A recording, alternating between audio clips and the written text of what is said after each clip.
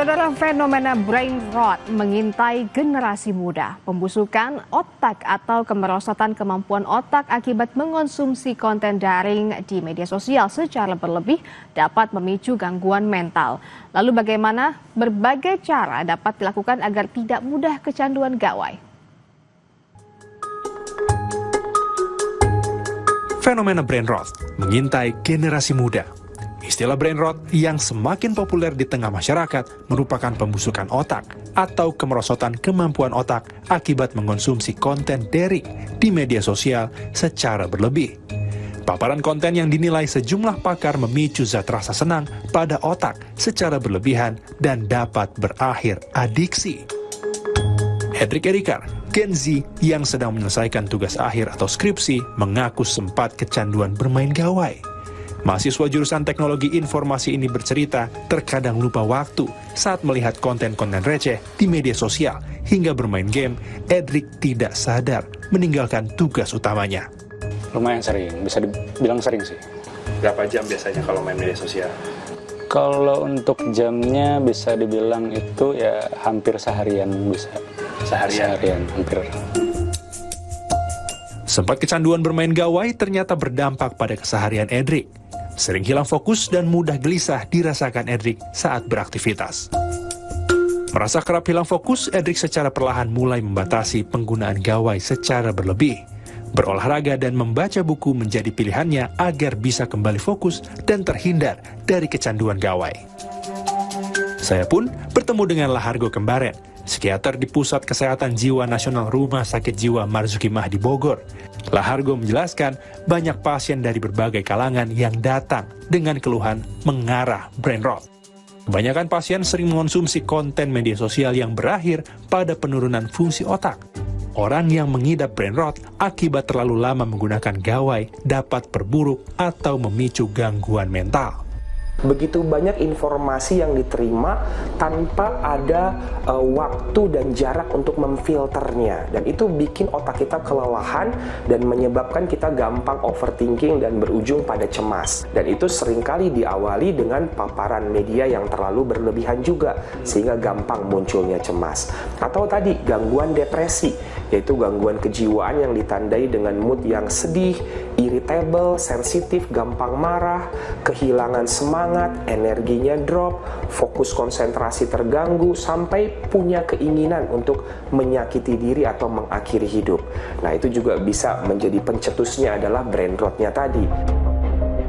Tak hanya berdampak pada generasi Z, fenomena brain rot turut menyasar generasi milenial.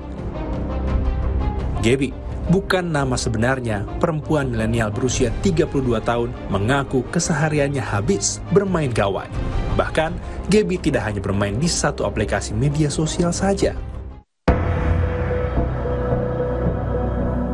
Terlalu fokus bermain gawai, Gaby mengaku sempat merasakan fenomena brain rot yang berdampak pada kesehariannya di rumah. Berkurangnya konsentrasi dan tidak peka terhadap sekitar, Gaby kerap ditegur saat berinteraksi dengan tetangga. Iya, pernah sih. Jadi kita jadi hilang fokus, juga jadi malas ngapa-ngapain. Terus lelah juga di mata juga.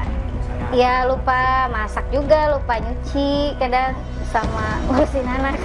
Ya lagi lagi scroll TikTok gitu, Instagram. Terus anak manggil, terus sampai nggak dengar.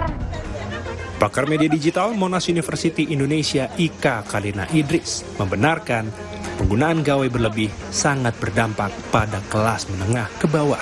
Nah, sekarang kan memang yang mau dilakukan pemerintah adalah membatasi akses gitu. Kalau saya sih lebih setuju membatasi jam.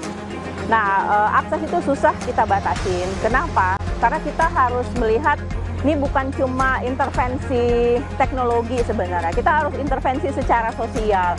Kenapa? Kalau kita lihat ada anak-anak misalnya mereka miskin, orang tuanya harus bekerja, nggak punya anak, itu kan diserahkan kepada orang tua. Kalau orang tuanya dua-duanya kerja gimana? Kalau di rumahnya banyak orang, nggak ada taman, nggak ada tempat membaca, apa dong aktivitas lain yang mereka mau lakukan? Jadi kita nggak bisa cuma membatasi mereka di media sosial tanpa intervensi-intervensi yang lain. Dalam wawancara khusus dengan Kompas ID, Menteri Komunikasi dan Digital, Mutia Hafid angkat bicara terkait upaya pencegahan brain rot pada generasi muda. Nah, bagaimana caranya untuk tidak brain rot adalah melakukan pengaturan penggunaan waktu yang lebih bijak. Jadi anak-anak muda kita di Indonesia ini, kita salah satu pemakai internet yang paling aktif di dunia. Mudahnya akses informasi melalui gawai dari dunia maya bisa jadi salah satu keuntungan untuk selalu update isu terkini. Tapi penggunaan gawai berlebih justru mengancam kesehatan mental yang dapat membuat kita lupa akan dunia nyata. Saudara, Kompas Siang masih akan kembali dengan informasi lainnya. Tetaplah bersama kami.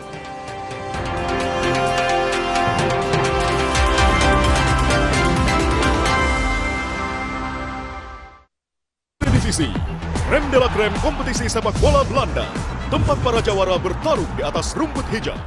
PLN mendukung pertumbuhan usaha petani kopi Kopsi Batui melalui berbagai bantuan nyata seperti penyediaan bibit unggul, mesin grader, alat ukur kadar air kopi, sertifikasi mutu, pelatihan lanjutan, hingga penambahan instalasi listrik. Langkah ini menjadi bukti bahwa peran PLN tidak hanya sebatas menghadirkan terang, tetapi juga menyalakan harapan dan mendorong kesejahteraan masyarakat.